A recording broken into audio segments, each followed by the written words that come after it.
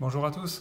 Alors aujourd'hui, je ne peux pas être avec vous par la présence, mais je suis quand même là de façon virtuelle. Donc histoire de ne pas perdre trop de temps et de prendre du retard, je vous propose une petite activité sur la lunette astronomique.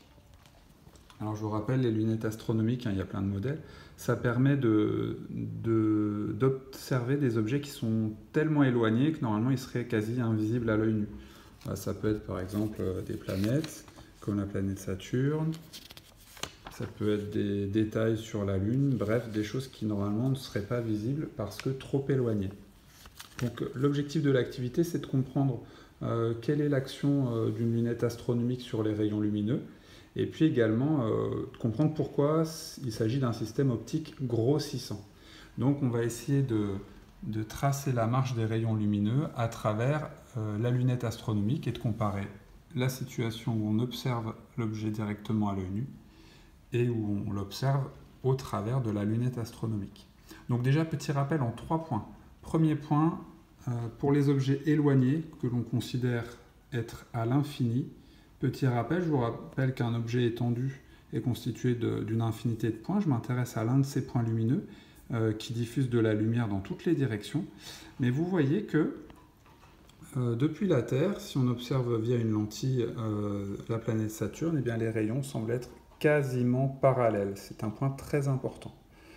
Donc on va avoir ça en tête. Si on observe des objets à l'infini, les rayons que chacun de ces points envoie sur une lentille sont considérés être parallèles entre eux. Deuxième point important, c'est la constitution de la lunette astronomique. Donc les lunettes astronomiques comportent deux lentilles ou deux groupes de lentilles. Un premier groupe de lentilles qui se situe ici à l'entrée, qui permet de collecter la lumière, on appelle ça l'objectif puisqu'il est du côté de l'objet. Et puis un deuxième groupe de lentilles ou une deuxième lentille convergente, il y a différents modèles ici, qu'on appelle l'oculaire puisqu'il se situe au niveau de l'œil. Dernier point, la lunette astronomique c'est un système afocal, c'est-à-dire que si on considère un objet étendu AB à l'infini, la lunette qui est constituée de deux lentilles convergentes forme d'abord une première image intermédiaire A1B1, puis une deuxième image qui va être observée par l'œil, que je note A' infini, B' infini. Et pourquoi je dis que c'est afocal? Parce que comme c'est une image qui est à l'infini, eh bien globalement le système n'a pas de foyer. Alors ça permet à l'œil d'observer sans se fatiguer. Hein. Rappelez-vous qu'un œil normal, qui n'est ni myope ni hypermétrope, qui n'a pas de défaut de vision, voit très bien les objets sans accommoder, sans se fatiguer lorsqu'ils sont à l'infini. Donc en formant de nouveau une image qui est à l'infini, la lunette permet à l'observateur de ne pas se fatiguer. Alors, ce que vous allez devoir effectuer dans ce travail, c'est la comparaison entre ces deux situations. Donc, je vous laisserai imprimer le document, que je mets par ailleurs sur le NT. Donc, on voit par exemple, par rapport à la planète Saturne, le point B étant à l'infini, il envoie tout un ensemble de rayons qui sont parallèles entre eux et qui peuvent arriver sur l'œil.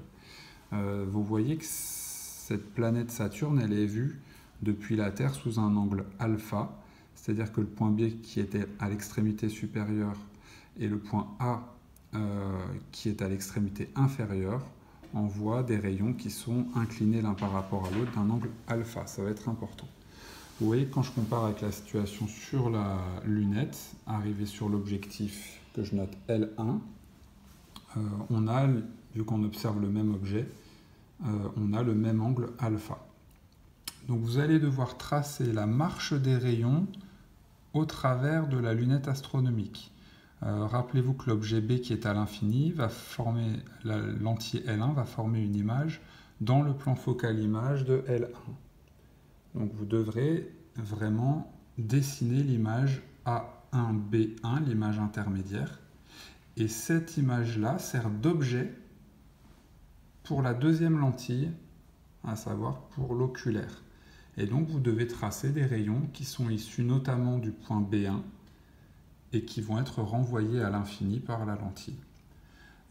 Et puis une fois que vous aurez fait ça, vous aurez un ensemble de rayons, vous serez en mesure de voir sous quel angle voit l'œil l'image formée par la lunette.